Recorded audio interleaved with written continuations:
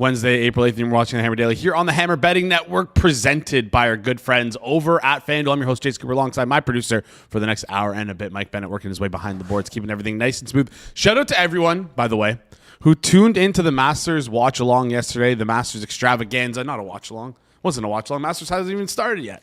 The Masters betting extravaganza. We spent over 4 hours giving out some Masters props, some Masters picks, talking through the entire Masters boards from outrights to top 10s to top live golfer to top Nordic golfer to who we think we're going to win. From all that and more, all those props, I thought we did a great job. It was a great show on the back end, and the feedback we're getting is really appreciated. A lot of people liked it. So off the top of the show, just wanted to say thank you for everyone tuning in. And if you haven't tuned in already, be sure to go to check it out. It's almost at 4,000 views in like less than 24 hours. It's pretty remarkable. Shout out to Jeff for putting this together. Shout out to the team for putting this together. Mike did a lot of work behind the scenes as well, putting together graphics for the show. If you haven't watched it, recommend you doing that. But anyways, no Masters talk today, if you're wondering. If you want to go, if you want 4 hours of Masters content, there's another video on this channel for you. But yeah, I just wanted to give a shout out to Jeff and everyone on the team who worked on that. I thought we did a great job and appreciate you guys for tuning in. All right, let's get into today's show, though, because we got a lot to talk about.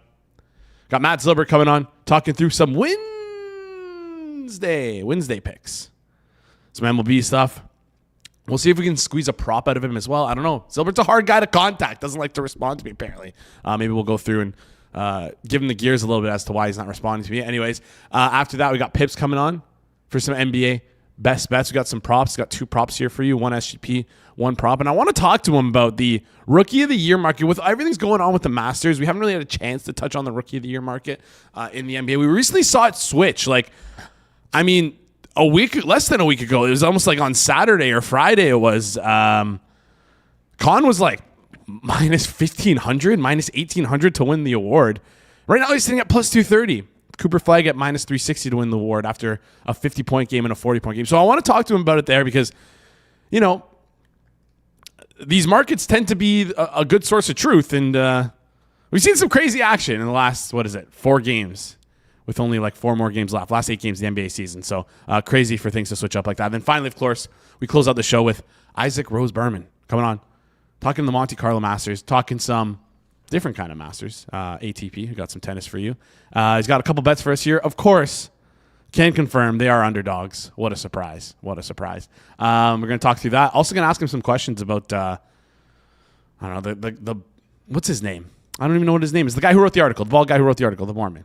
We're going to talk a little bit about that. After that, we're going to get into some bets. Anyways, appreciate you guys tuning in. Before we get into the show, though, sure, a lot of you people have seen this on your timeline.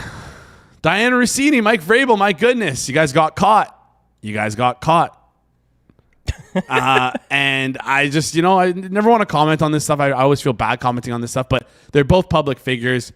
There's been a lot of rumors about Diana Rossini, specifically, I believe, the Washington Commanders, one of the former owners, I think. His wife was saying that she was getting in bed with one. Anyways, Diana Rossini, notorious for potentially rumors. Tons of rumors about her doing this stuff. Allegedly, I have no idea. But pretty damning photos here. I don't know. And it was pretty funny. I was at dinner last night with Jeff, and we found this out. And he's like, I knew it. He's like, I knew it. Her scoops always got bad about the Titans right after Vrabel left, and she was always on the Titans beat. So who knows how long this is going on for, if anything was going on. Brad Power sits the nail on the head here. Hotel is advertised as a romantic getaway, adults only, private bungalows.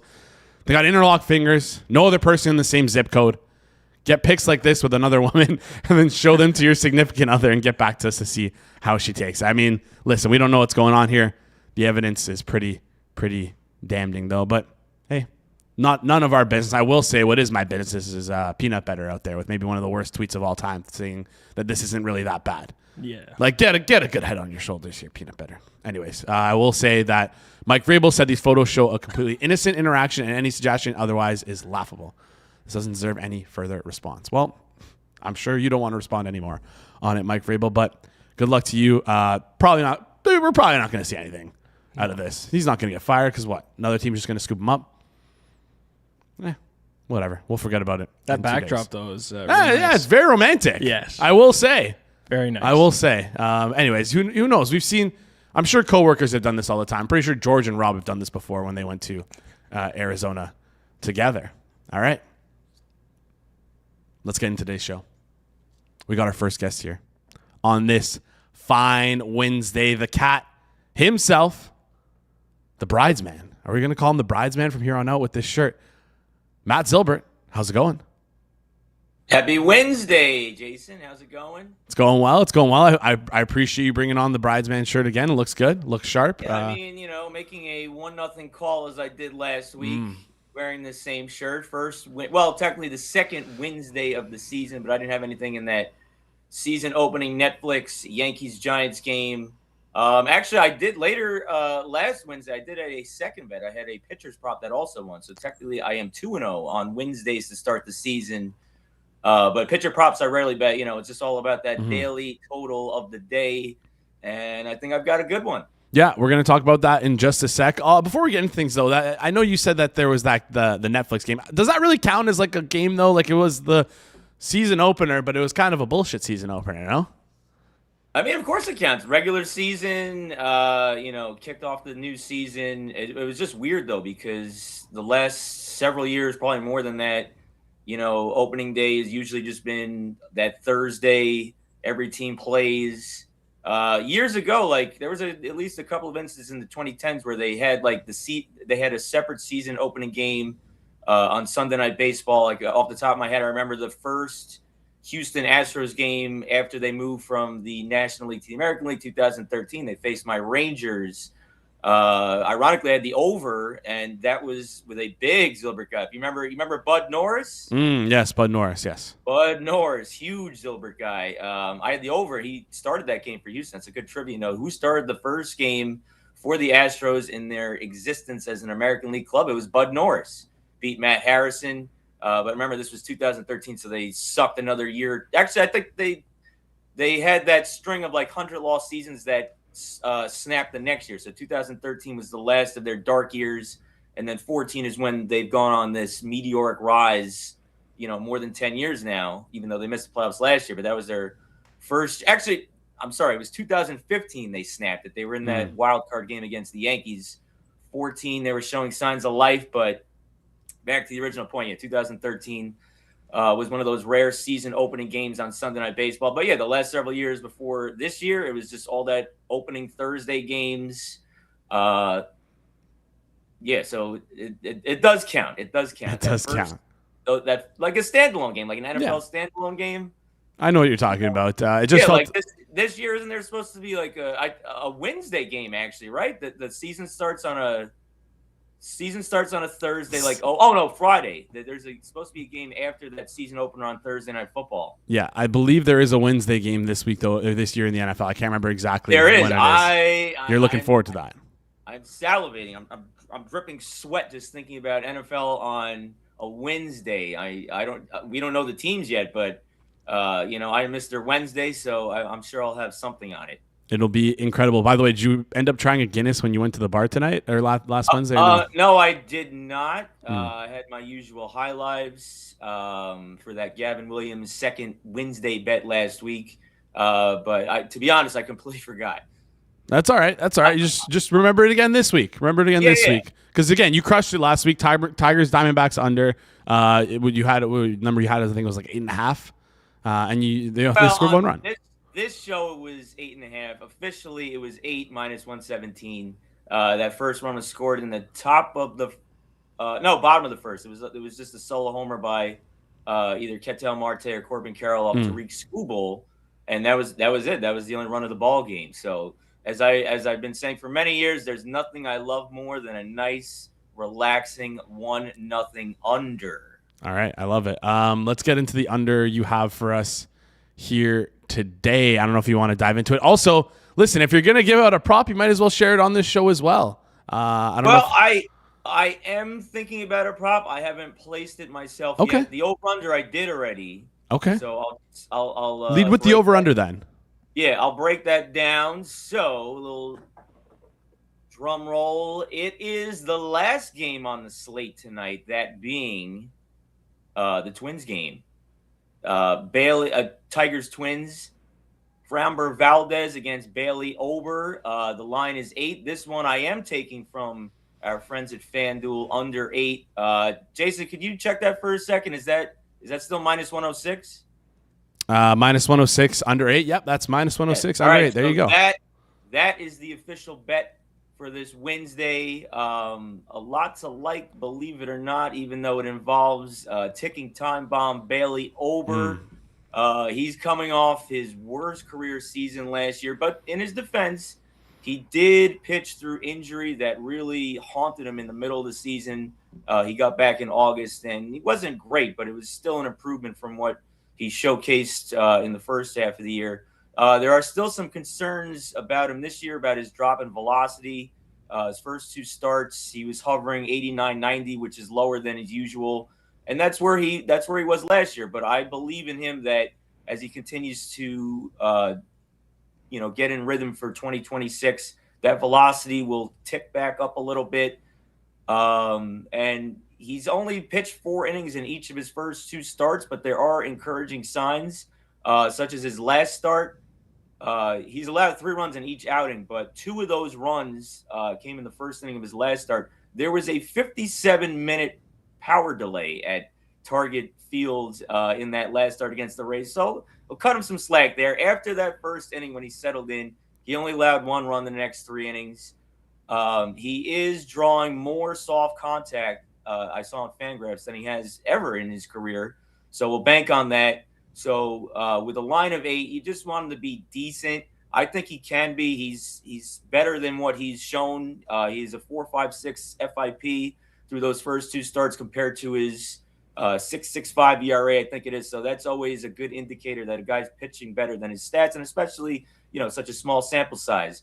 But the main factor, obviously, in this under is Framber Valdez, who has started out his Detroit Tigers tenure with a couple of quality starts. In fact, he's only allowed 1 earned run in those 2 starts, totaling 12 innings. He's been very effective, as he always has been in Houston. Maybe pitching with a little bit of a chip on his shoulder, because remember that instance he had toward the end of last year with his catcher. He drilled his catcher, crossing him up, and then a lot of people said that cost him in free agency, cost him a lot of dollars. But I think it was more accidental than anything. That instance with I believe it was Cesar Salazar, Astros backup catcher.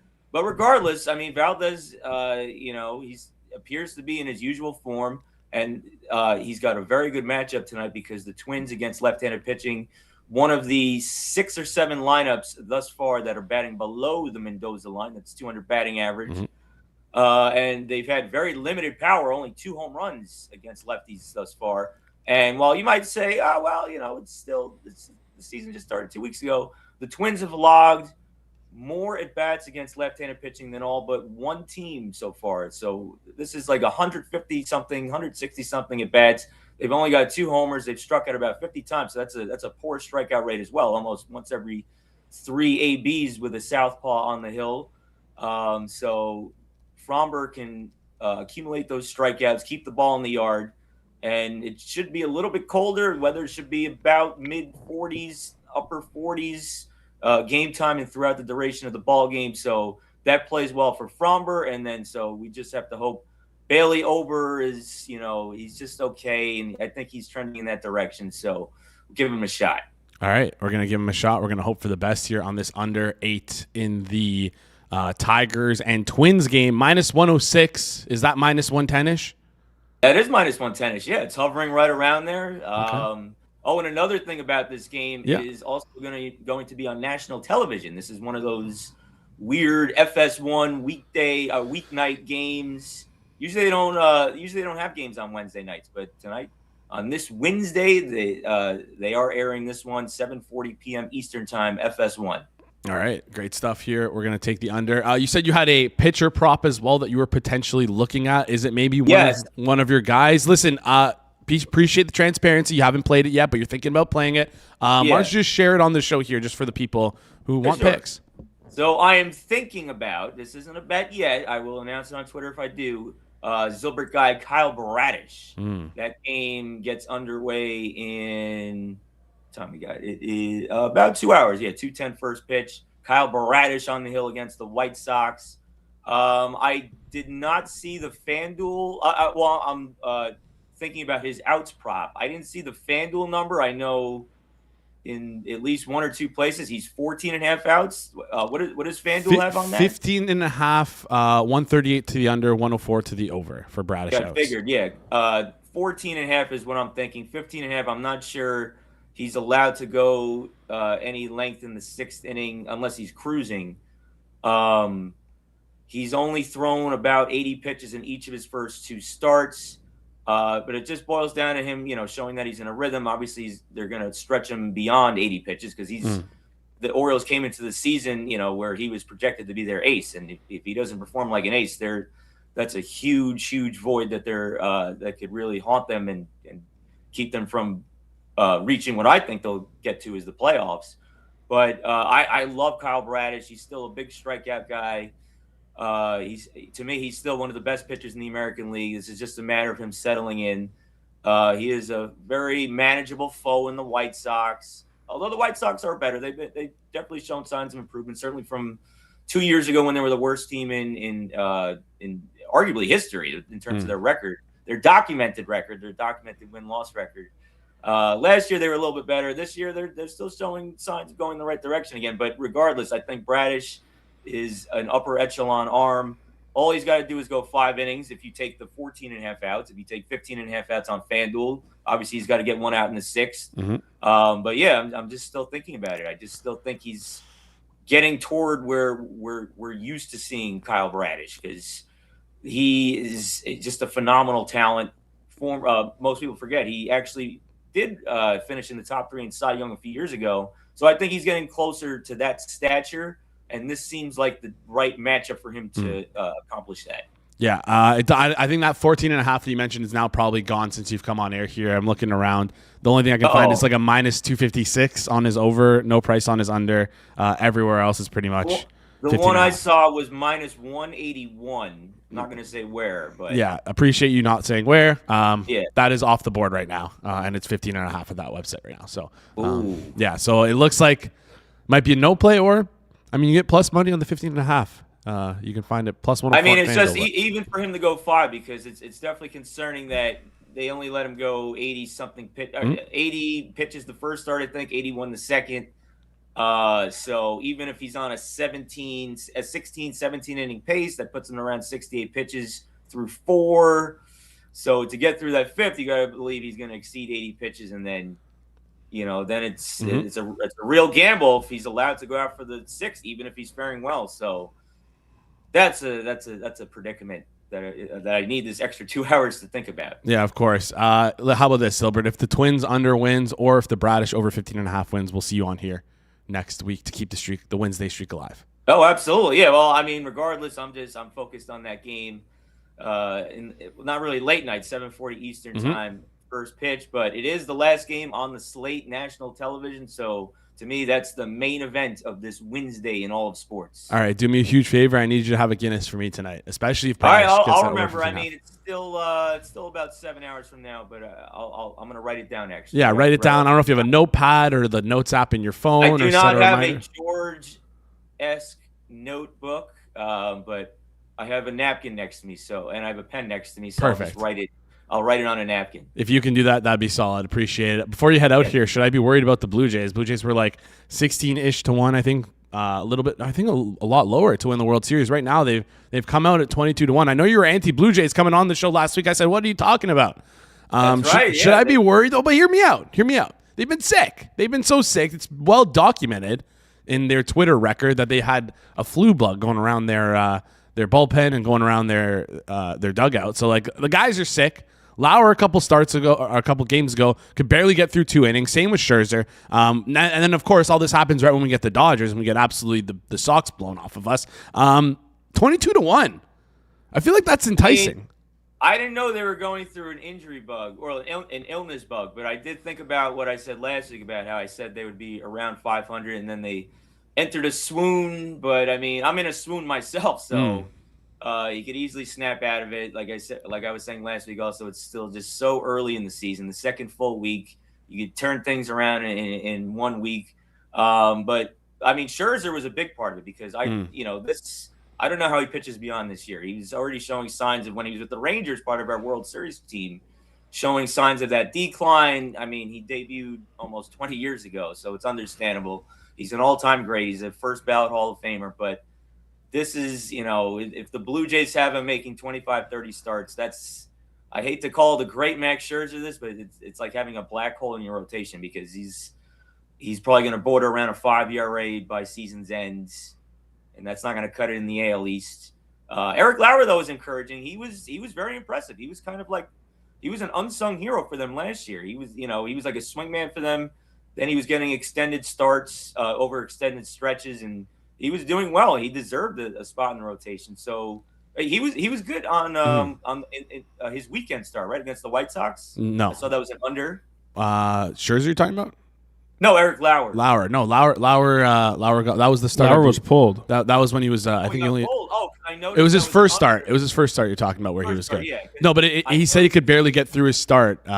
Like he could barely get through his pitch. Like I forget what he said exactly, but he pitched 2 innings. Was sick. Oh, wow. I had no idea. Yeah, I saw the score. It was like 5-1. It was Sunday actually against Davis Martin. It was 3-0 White Sox. Oh, 3-0 White Sox. Yeah, so a nice relaxing under there, but I didn't even realize Lauer exited after the second inning. It's all good. But yeah, I mean, like I said though, it's it's one full week. They have a legitimate out, that the illness bug going around the clubhouse. So just give them another several days and see how that unfolds. Yeah, that's the plan here. It's also the best day to get back is on a Wednesday. This is the bounce back day. Me. All right, appreciate you joining the shows, Matt. By the way, did you check out our golf Masters? Our Masters golf betting extravaganza with Jeff Feinberg yesterday? It was a great show. I did not, only because I have never bet golf. I've only watched it if it's like on in the background or on on one of the TVs at the bar. But I do want to catch some, because Jeff was hosting. Jeff was hosting 4 hours straight. You should go check it out. I'll drop the link. Yeah, all right. I want to see that then. I want to see how my friend did in a hosting position, because Jeff knows I'm a big fan of his. Yep. So I'll check it out just for him, but I'm definitely not taking any golf bets. That's all right. There's tons of golf bets in there. I think over 23 different golf bets, all different props. You can check out the link in the description. Or sorry, not in the description, in the comment section after the show. It'll be there. Zylbert? All right, I'm going to check that out on this fine Wednesday, because I got some time to kill until the main event later this evening. Sounds good. Appreciate you joining the show. We'll chat soon. Yes, thank you for having me. Enjoy your Guinness tonight. Shout out to Zylbert. Enjoy your Wednesday. Thank you. I will. Hopefully tons of wins. Hopefully tons of wins coming our way. Hopefully tons of wins coming your way, the chat's way, every single way.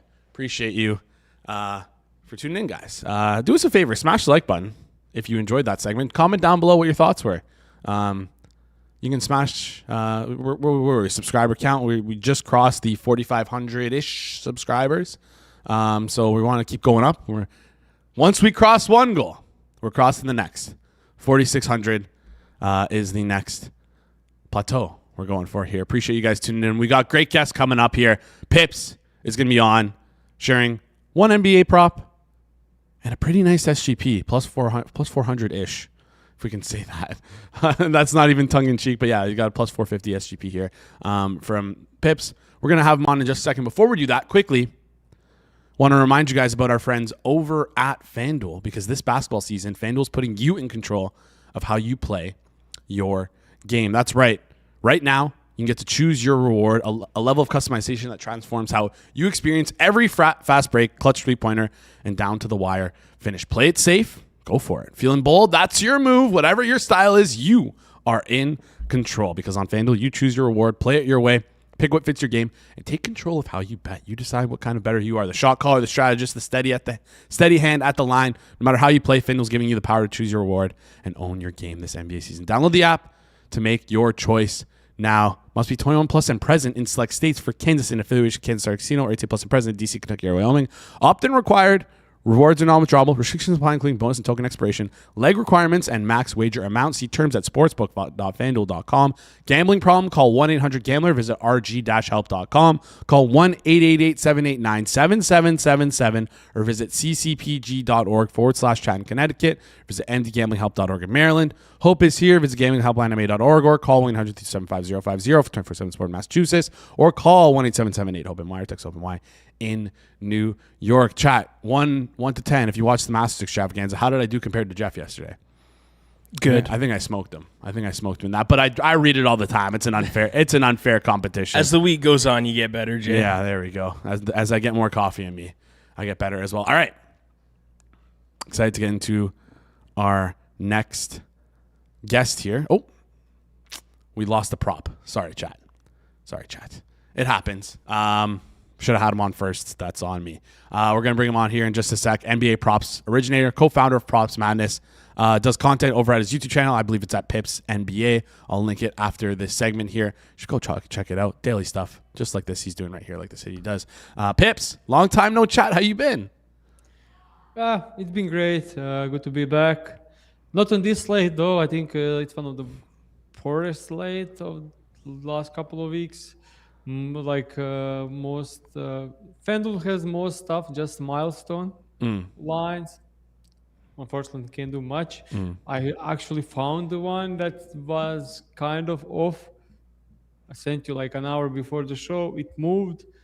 Probably means I was onto something there because it moved. So yeah, not much to do on props wise, but we can talk about a lot of stuff. NBA props wise, NBA state wise, NBA future wise, like. All right. Yeah.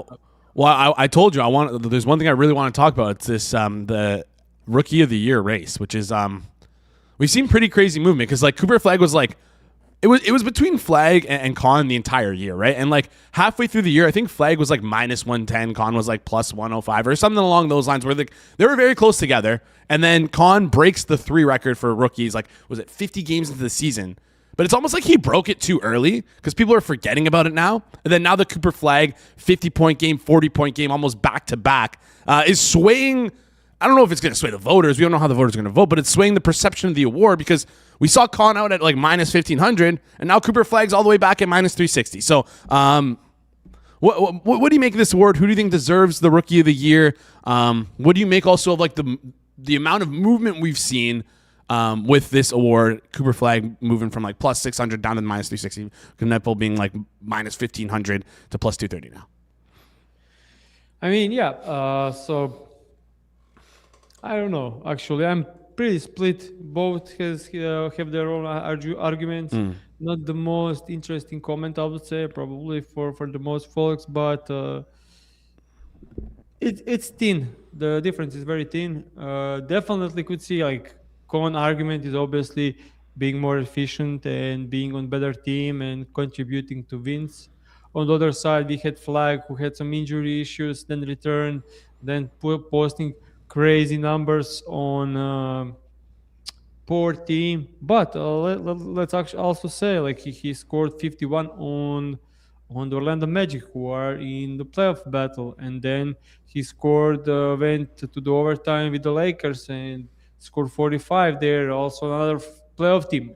They were missing a couple of players, but it's not like he was scoring 50 or like 83 on Wizards. I mean, it will still be great, but it's not like garbage. Like, for example, I watched every single bucket he made against the Lakers, and they put 3 bodies on him every single time. It was not like he just walked to the rim and scored easily, effortless. So definitely they were feeding him, forcing stuff to him.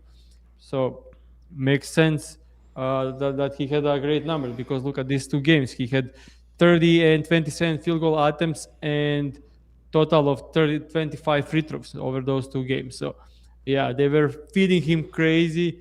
They want him, like they don't have anything to play for, so they're feeding him to get the reward. Do I think that's a great way to get the reward? Probably not. But as I said, I have no issues either winning. I don't think anyone will be like how to say that, like what's the word that's like that's stolen from them. Like I don't think that, like it's pretty probably 50-50 60-40, and whoever wins, I would say, deserve it. With long time since we had like 2 great rookies, and like long time since we came into the last couple of games of the season and we didn't know who is going to win. So should appreciate both, and that's it. Do I think Con played better this season? I actually think he did. Do I think he's a better player than Flag? I don't think so. And should that even matter? yeah. So slightly in con, but could see it both ways. Yeah, it's like one of those awards. There's no wrong answer. Whoever gets it is going to deserve it. But it's just, I think a lot of the talk of like around this award before Cooper Flag went off was like, well, Flag's out of the playoffs and the Hornets are in the play-in, but also like the Mavericks are a lot worse than the Hornets. It's like, but then Flag made his like 2 big statement games. That's what stuck out to people. And with it being so late in the season, that's what's going to be fresh in everyone's mind. Yeah. So last one, like good argument is if Flag was on the Hornets, would they be better or worse? Probably, definitely wouldn't be worse. If Cohen was in Dallas, do they still suck? They still suck. So yeah, it's a toss up here. Next thing I want to talk about is sort of the, I guess, just like outright market to win the NBA championship, because like I've had this conversation in office, and on Monday, the Lakers. Listen, I know the Lakers are like. I got made fun of for making this bet, by the way, but I know the Lakers are hurt. No Reeves, no Luka. We don't know exactly when they're going to come back. There was a report about Luka going to like Europe to get like stem cell injection, blah blah blah. We don't know. He could be back in the second round. He could be back in the third round. He might not be back at all. We have no idea. But I saw the Lakers at 600 to 1 to win the NBA championship. I'm like, that's got to be wrong. They're 250 to 1 right now. Is there any way that like you would get enticed to click on the Lakers to win at all? Is that just dumb money that I'm clicking on and just throwing it away in the wind? Listen, it was 600 to 1. I'm not betting like a large amount on it. It's just a small little flyer. Like I that crazy price, I feel like I can't pass it up. So I want to talk NBA championship odds, but Lakers 250 to 1. Are you laughing at me? I mean, it's fun bet to make, but yeah, I'm a Rockets fan, and I'm thrilled that we are going to play them in the first round. Should be pretty easy. Yeah, I don't think Reeves or Luke are coming back. LeBron is Cooked. magician, but Yeah. too old now. And they're now fourth best player, maybe on the paper, Ayton, who is one of the worst. So they're cooked. And yeah, it's a fun bet to make, but I don't see it. I just kind of made it hoping that, like, listen, I saw, like, I don't know how bad the injury is. If Luka Doncic is back in like 3 weeks, that'll be like halfway through the second round, I believe, or like the start of the second round. There's a chance he could be back in the second round. Obviously, the Lakers have to win the first round, and they'd probably play the Spurs in the second round. But they could get swept in both series, but I was just like, hey, if there's a chance that Luka could be back in the second round, there could be some hope here. 200 or 600 to 1 earlier, 250 to 1. I actually think the East side is much more interesting. I was going to get to that because the Celtics and the Cavs are like, I know you're a Harden fan.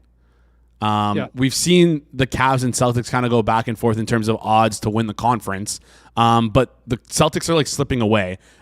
With Jason Tatum's return, we've talked about it a lot on this show. Has he shown you enough where it's like, okay, the Celtics are back? We were worried about how this team was going to be coming into the year. They made some moves to sort of the moves they made in the offseason felt like not win now moves, but like let's clean things up and start winning towards look towards the future, maybe after this year, depending on if Tatum's gonna, how Tatum will look this year, if he's gonna be back. Turns out Tatum's back. He's looked great. Celtics right now plus 175, Cavs plus 320. We're seeing a separation now between the two. Do you think, one, that's justified? And two, do you think the Cavs could beat the Celtics head to head if they ever do play each other in the Eastern Conference? Yeah, I do think Cavs can definitely win. They kind of play similar way now. Both teams are kind of like protecting the rim and like giving up threes. So the shooting variance will be big key in this series. I do think Cleveland Cavaliers are like not great on defense in the regular season, but they weren't healthy for like almost 0 games, and they think they will be healthy for the. Should be easy for the first round. Not easy, but like should be like until the time when the time comes to play the Celtics, think they will be healthy. If no injuries in the between, but guys are getting back, like Allen, Strus, Merrill, Tyson, like these guys are getting back. So they are kind of deep for the playoffs. They have 9 players that can play, and they are much better spot this season than compared to the last. And on the side of the Celtics, it's still an insane team. Tatum looks great. Jaylen Brown looks great this season. And then they still have the best role player in the league in Derek White, Pritchard, six man, playing great when they need him. And then they have a great season of Quetta, Vucevic is a backup five, and so many role players. So they're favorites for a reason, especially since Tatum looks like looks like he didn't miss any time almost. So that's scary. But also, I am mostly interested to see 76ers because Paul George returned and looks great. And B looks like he could be ready for the playoffs. Maxi, Oubre, Edgecomb, some guys from the bench played some minutes. So I'm interested in how they're going to look if we have Maxi, Paul George, and Embiid, all three healthy for the playoffs, and some decent role players here for playing 40 plus minutes every single night. I think they are the good team. Didn't play well. Like I think when you look at some data net ratings, they are like top 6, 7 team in the league with all them healthy, like +8 net rating or stuff. So yeah, that's most interesting for me. And looking at the odds, they are like fifth spot at +2,000. To win the conference. That could be too long because I could definitely see them beating Pistons and Knicks, who are +470 and +500. It's interesting because like the Sixers almost want to lose the first play-in game so they get placed against the Pistons, right? Like because if you had to choose, like obviously, listen, they're in the 7-8 seed right now. If they lose the 7-8 game, they obviously play the winner of the 9-10 and they face the Pistons. But if they win the 7-8 seed, they're against the Celtics. Like you'd probably rather play the Pistons over the Celtics, but are you willing to risk losing that game? Obviously, they're not going to do that, but it's like almost as a fan, you're hoping for that. Yeah, but they could also catch up. I don't know, the 6th spot. They are 1 win below Raptors, and they have 2 almost certain wins in the last 2 games, while Raptors are playing Knicks and the Heat.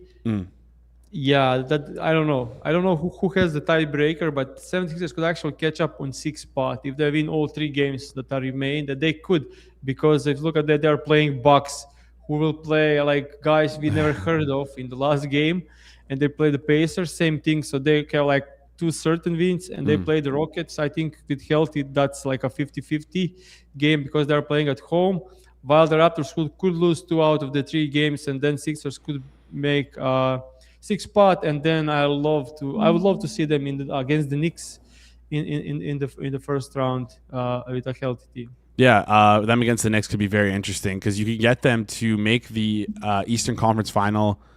Looks like it's +240 right now. I don't know if that's that. I don't think that's that good of a bet. But yeah, them to win the East is.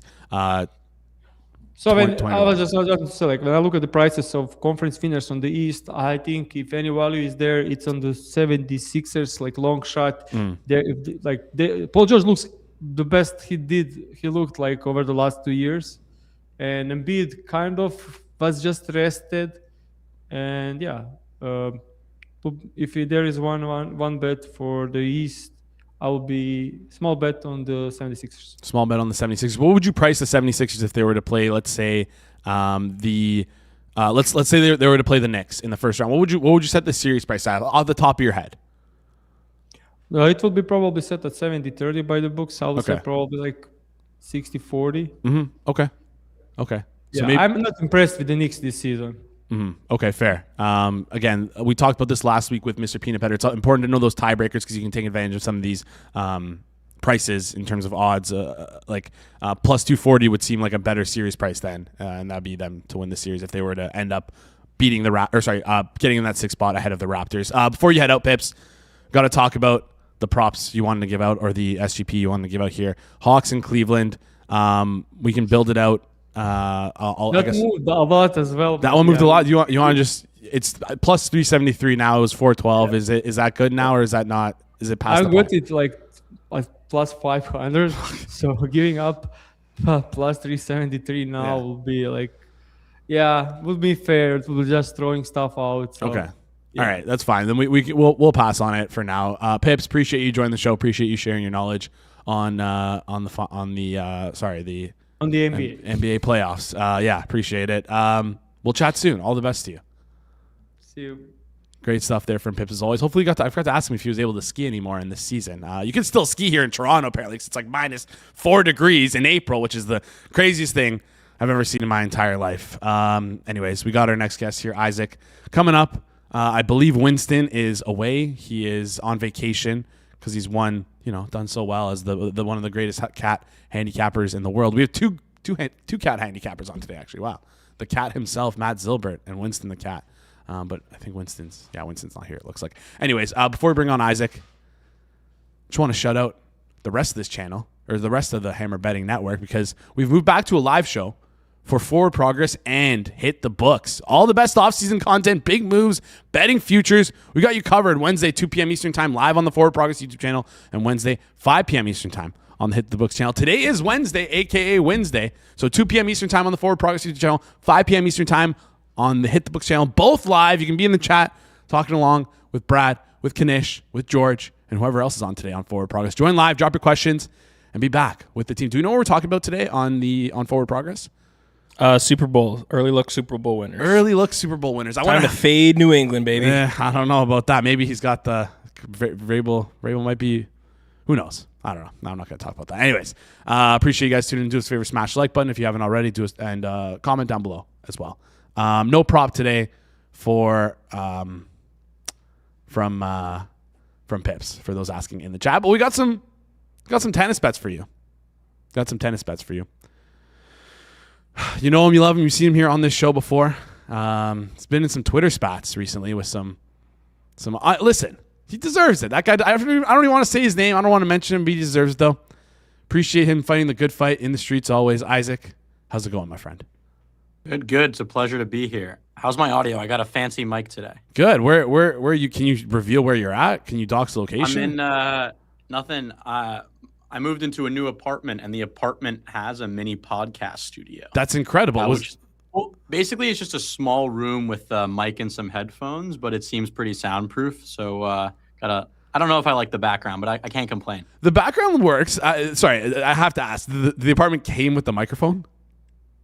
It's like a communal thing. It's not like in my apartment. Oh, it's like a studio. Yeah, building. I got it. Okay, that's pretty damn cool. All right, sweet. I was gonna say pretty cool amenity. All right, awesome. I was walking through, and I was like, "Who the fuck is gonna use a podcast studio?" And I was like, "What am I saying? I'm gonna fucking use that all the time. Like, it's incredible."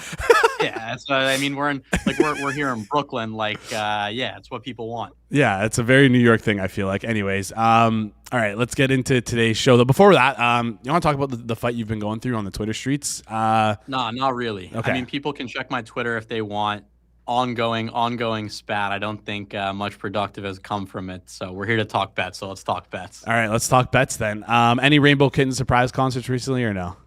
No Rainbow Kitten surprise concerts. Although I actually, it's totally unrelated. I just heard the end of that, and I'm ripping some 76ers futures right after the end of this call. I got some other people in the East too. Might as well take a long shot on some others. A little hedge, I guess. I love it. 20-1 to win the East. 75-1 to win the NBA championship. If you're feeling very bold. I mean, we're feeling spicy always. We're always feeling spicy. I tried my best to sacrifice some futures for you to win. Didn't work out. I'll sacrifice some more so we can get these tennis bets through. All right. Seems like you only got 2 bets for us today. Yeah, unfortunately, FanDuel hasn't posted. We're at tournaments in Monte-Carlo right now. Beautiful tournament. Kind of a grail, a bucket list item of mine to go at some point. But the timing's a little messed up. Well, it's European time, so the match is like 5 a.m. So these are all matches for tomorrow. And for some reason, FanDuel hasn't listed a few. They should by the end of the day. But for now, I just got 2. I had one, and then I saw a little doubles match that looked intriguing to me, so I threw it in there. Even as someone who never really bets doubles, seemed good enough to give it a shot. All right. Let's talk about it then. Give us the first one first, the singles one first, and then we'll talk about the doubles one. Yeah, we got Alexander Bublik versus Yuri Lehechka.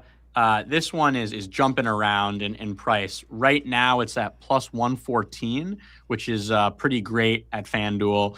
You're getting Lehechka. You're getting Bublik versus a Lehechka who's pretty tired, although he did just make it to the semis in Miami last week.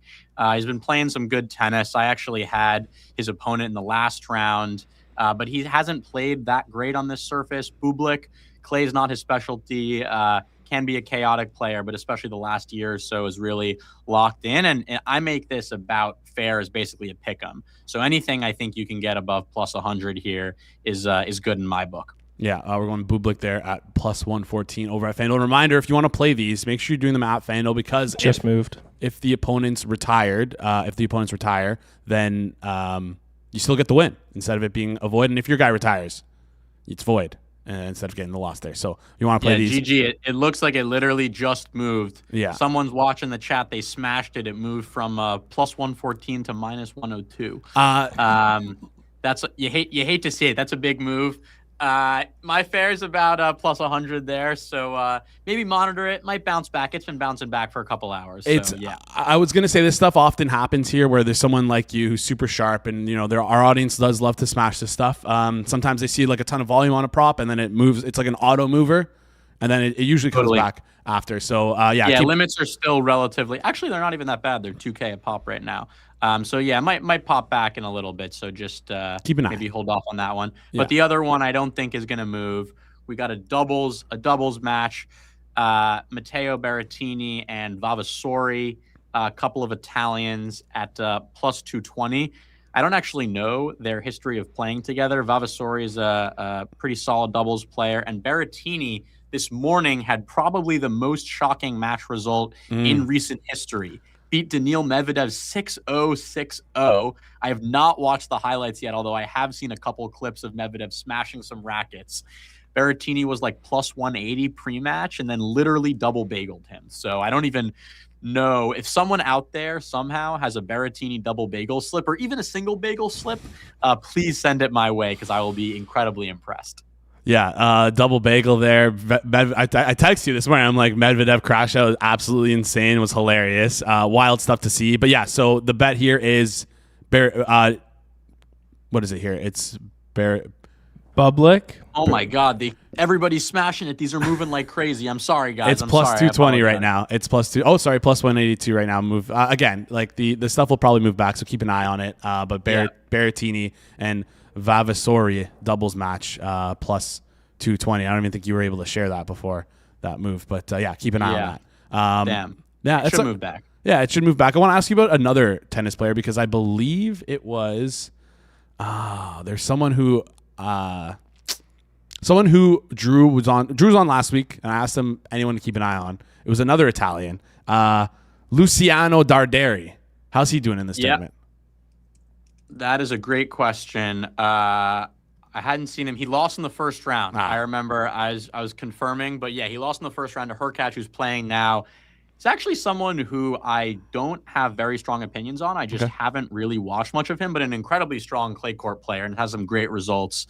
I'm guessing Drew lost some money on him in the last round. I was eyeing those odds, but I wasn't confident enough to place a bet. But he's gotten taken down by the big server Hurkacz. All right. Anything before you head out? Anything you're looking forward to in terms of like matchups you want to see or matchups you're circling? Like I know FanDuel doesn't have odds posted for a bunch of these. A bunch of the next games, but like for example, Fonseca versus Berrettini in the singles match. Is there a price you're looking for on Berrettini where you'd want to click it? Like anything you're looking for in terms of price or ballpark range where you can tell the people what to look for, and maybe if they're on the ball, they can pounce on it. Yeah, there's some interesting ones for sure. Bergs versus Zverev. Zverev almost got taken out in this first round. Versus Garin, and Bergs has been playing some great tennis, took out Rublev in the first round. Definitely looking to pounce on that right now. Your market's about plus 350. I think I like that a little bit, but I'm pretty confident if you wait, you can get that at, maybe plus 375 or a little bit better. Market generally likes Zverev in matchups like these, although maybe his last round close call, hurts him there. And the other one, there's a couple really interesting matchups, both Casper Ruud versus Felix Auger-Aliassime. I make that about, minus 140, which is sort of what the market is right now. So I think if it moves too much in either direction, if I can get Felix at, plus 145 or better, I'm going to take him. If I can get Rude at, minus 135 or better, I'm going to take him there. And then for Fonseca versus Berrettini, really a fascinating matchup. I'm almost positive they have never played before. Two of the biggest forehands on tour. So going to be a pretty incredible match. I'm mistaken. They played once, but it was in kind of a non-ATP match. It was in the Davis Cup. So yeah, right now that one's got Fonseca as a slight favorite. I think I agree with that as well. I think I'm about the same there, about the plus 140 mark for Berrettini. So if I can get him at plus 150, or if I can get Fonseca at minus 130ish, that's what I'm going to be looking at. So yeah, unfortunately those aren't posted at FanDuel right now, but I imagine some of the viewers when they get posted we'll pop on them real quick. Yeah, they'll pounce on them real quick. Again, you can play these now on other books, but you're probably going to want to wait and play them on FanDuel because again, the withdrawal rule is huge for us here. The injury clause is huge. This is true. I'll give out a little live play if people want right now. All right. Hold on. Let's do a little setup here. Yeah. Let's get people ATP, Monte-Carlo, open that up, live screen. Give you a couple seconds, and then go ahead now. They should have enough time. Yeah, Fabian Marozsan, he's serving right now. I'd wait until he holds this game just because you don't really want to bet in-game for tennis. Like, you can just kind of get screwed by the latency a little bit. So wait until the middle of the game. But if he holds here at +1, I like him at plus 180 or better to take this match versus Hurkacz. Or let me just confirm the pricing on FanDuel. I'm pretty sure it's great. But Fabian Marozsan second set money line. It's the first set right now. So if you can get the second set at right now plus 105 on FanDuel, I'm a big fan of that. I think anything plus money there is good for Marozsan. Second set money line, or if you want the longer shot, you can take him to win the match at looking at plus 200. But personally, I think the best bet there is Marozsan second set winner at plus 105. All right, Marozsan second set winner plus 105. You can take that live, and then also wait for after this point here. And if you can get this point, yeah. Then, if you're hitting the second set, market, you're fine. You can hit that, in game. You're mostly fine. But when you're hitting the overall match stuff, I generally recommend people wait until at least it's between games. Ideally, a changeover, just because the odds move in your favor. It might not go through. You might get the worst price. Every point matters. So just be careful. All right, Isaac, appreciate you joining the show. Appreciate you sharing your wisdom. Congratulations on moving into your new place. Didn't realize you were moving there, but happy for you. Hopefully you're nice and settled. And thank you. Yeah. Next time I'll bring back Winston. Appreciate you joining the show. We'll chat soon. Thank you, Isaac. Have a good one. Great stuff there from Isaac. As always, sharing his knowledge. Couple money lines for us here on some matches, a doubles match, and some live plays. Isaac crushes it. And you know who else crushes it? You guys do. Appreciate you guys tuning into the show every single day and making it what it is. If you can just do us a huge favor, though, if you enjoy the show, smash the like button. Goes a long way here on the channel. If you're new to the channel as well, hit that subscribe button. And if you have friends who are asking you, like, what should I bet on for the Masters? Send them the YouTube link that's linked in the chat right now. Send them that link. It's pinned in the chat. Go send them that link. You can tell them to skip towards the end of the video if they don't want to watch 4 hours of Masters content. But I would recommend you watch the 4 hours of Masters content because it was really funny and good. But send them that link, and you can see all the plays we gave out on the show at the end of the show. So make sure you do that. Really does do a lot for us here. And while you're there, reminder, press that like button, comment on the video. Let us know what your thoughts are on the Masters Extravaganza on this video as well. Because, yeah, we pour a lot of time and effort in this content, and we appreciate you guys tuning into it. Because I know you guys enjoy it, but watching it, sharing it with your friends, pressing that like button and commenting it, that's the best way to tell us that you want to see more of that stuff.